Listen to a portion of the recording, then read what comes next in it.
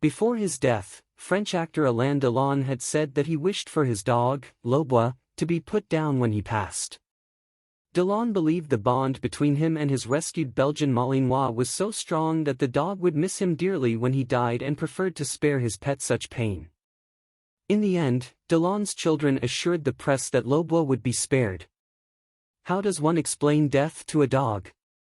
That question, and several others deeper than we might expect from a dog movie, give intellectual heft to The Friend, a gentle coping with grief drama that provides its audience with a 180-pound emotional support animal in the form of Apollo, a Harlequin Great Dane who's missing his master and headed for the proverbial glue factory unless a big-heart enough human agrees to adopt him.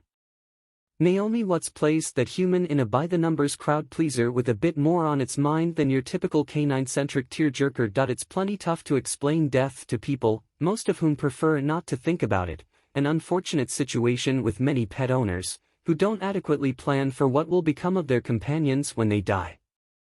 That's not the case with Walter Meredith, Bill Murray, a widely admired old-school author, the sort who dallied with his students back in the day, before times changed and charges of misconduct cut short his teaching career, who bequeaths the moose-sized pooch to his favorite med/one-time fling, Iris Watts. For co-directors David Siegel and Scott McGee, landing Murray for what amounts to an extended cameo was quite the coup. The role demands an actor whose presence is felt even when he's off-screen, and whose charms might spare such a problematic character. Personally, I had a hard time keeping Walter's exes straight, as this serial womanizer's funeral is attended by his first, second and third wives, Elaine, Carla Gugino, Tuesday, Constance Wu, and Barbara, Noma Dumazwini, respectively, as well as an adult daughter, Val, Sarah Pigeon, and several friends, of which Iris is presumably one. Does the film's uninspiring title refer to Iris, Walter, or the dog? Blame that ambiguity on Sigrid Nunez, who wrote the well-regarded novel that the Deep End duo Siegel and McGee adapted here. Both the book and the film can be taken at face value, as a relatively tame account of having a large, doleful animal foisted upon you, but they can also be read as explorations of mortality, where Apollo symbolizes the psychological burden of losing someone by suicide. At 2 hours, The Friend seems rather long, and light on incident, to serve simply as an animal adoption tale. So better to dig in and let it work on an emotional level, where your personal history, of loved ones lost, animals adopted and so on, drives how much you take away from the experience. A friend recently told me that dogs were put on this earth to help humans to grieve, which struck me as a rather self-centered way of looking at it, though it's true that their lives are shorter than ours, and losing one forces us to look mortality in the face. At 2 hours, The Friend seems rather long, and light on incident, to serve simply as an animal adoption tale, so better to dig in and let it work on an emotional level, where your personal history, of loved ones lost, animals adopted and so on, drives how much you take away from the experience.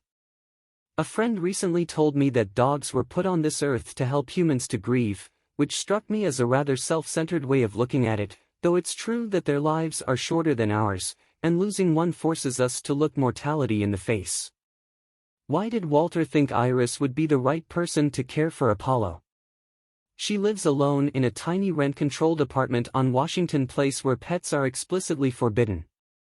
Iris and Walter shared a dark sense of humor, making jokes about suicide, e.g., the more suicidal people there are, the less suicidal people there are. But she never expected him to actually go through with it. Now he's gone, and she'll never know what he was thinking.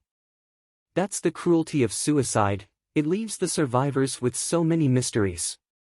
Iris reluctantly accepts the responsibility of rehoming Apollo, seeing in this majestic animal, the king of dogs. One of her students, Owen Teague, calls it both a constant reminder of her dead friend and a living creature who now depends on her to survive.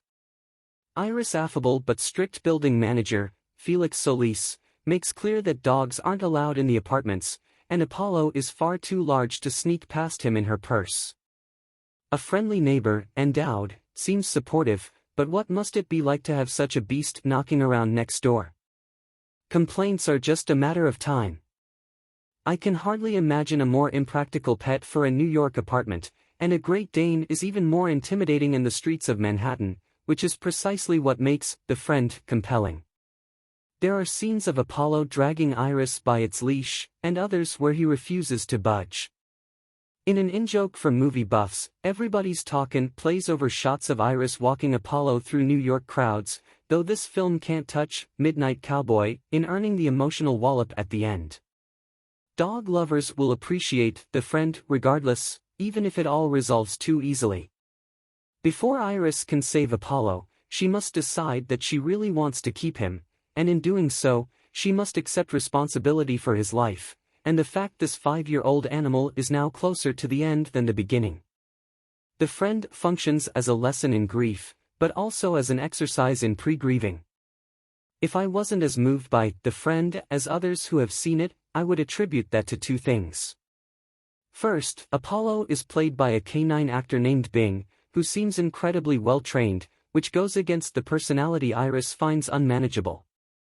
And second, everyone in the movie is too doggone polite.